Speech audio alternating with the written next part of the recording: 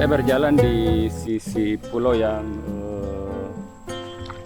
menghadap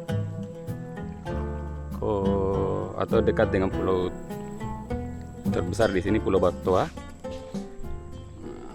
Saya jalan di atas areal yang berlumpur. Jadi yang khas di komunitas hutan mangrove itu adalah beberapa bagiannya itu berlumpur. Tidak seperti kalau berjalan di areal berpasir atau terumbu karang yang substrat di bawahnya itu pasir atau bebatuan. Nah, di sini ini lumpur, ada komunitas lamun di bawah.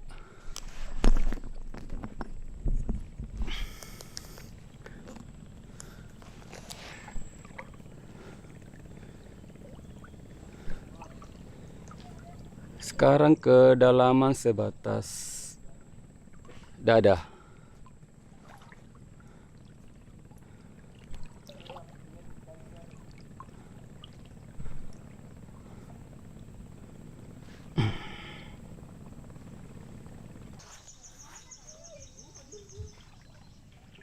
Saya berjalan di sekitar atau di luar vegetasi mangrove yang ada di Pulau Panampeang.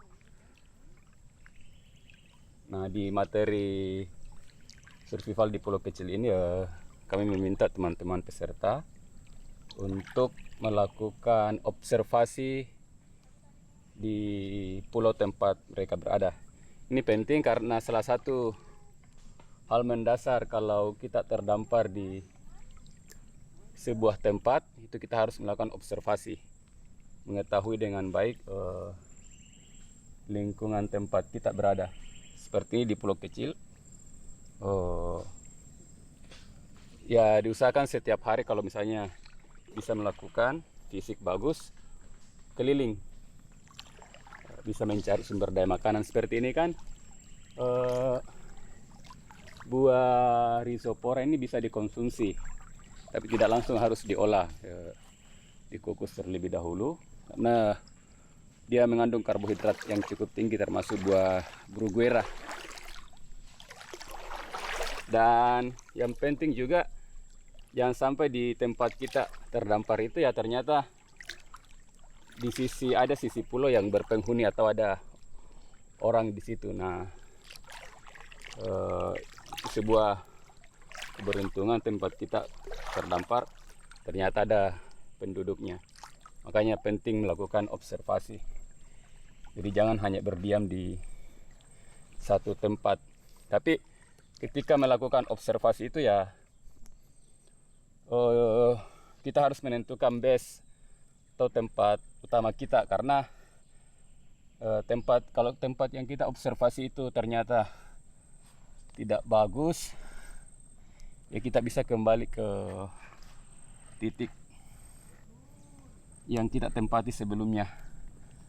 Nah, saat melakukan observasi harus hati-hati. Seperti ini kan, saya terjebak di lumpur yang tingginya sampai lutut. Kita harus mengetahui jam berapa surut terjadi, karena jangan sampai ketika melakukan observasi air malah tambah dalam. Ya, ini sepertinya rumputnya ini cukup lumpurnya cukup dalam. Saya terjebak di luar. Saya agak mendekat masuk, siapa tahu substratnya lebih keras dibanding di pinggir.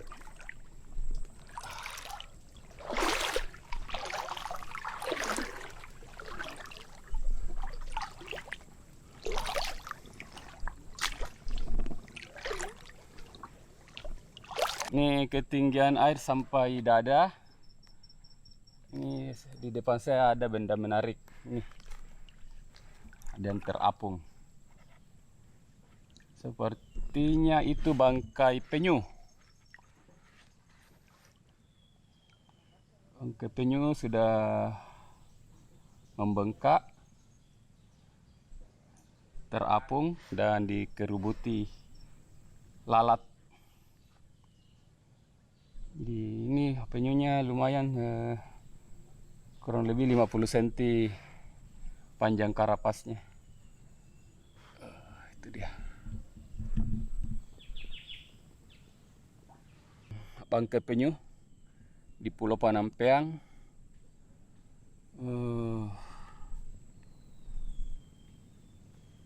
Salah satu kakinya itu di kaki kiri depan, sirip depan sudah tidak ada.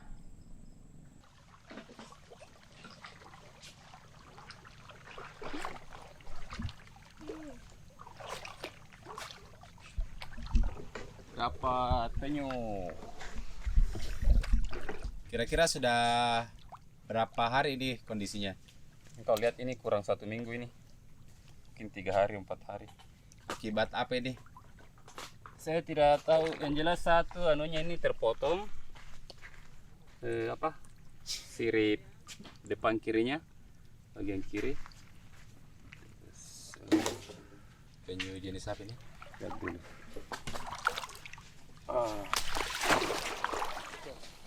Oh, dia bau lalang.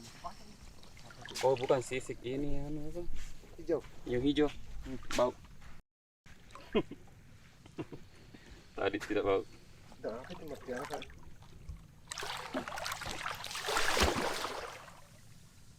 Ini hijau.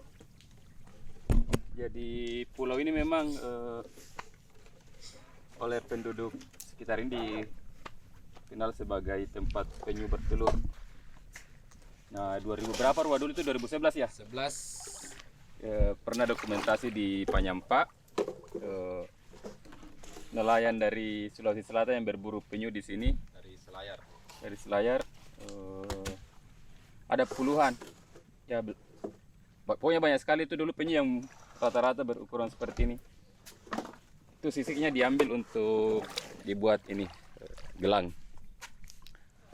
Ini gelang ini terbuat dari sisik penyu.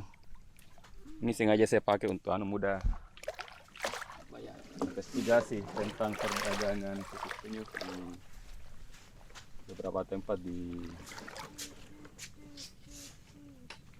Selat Makassar.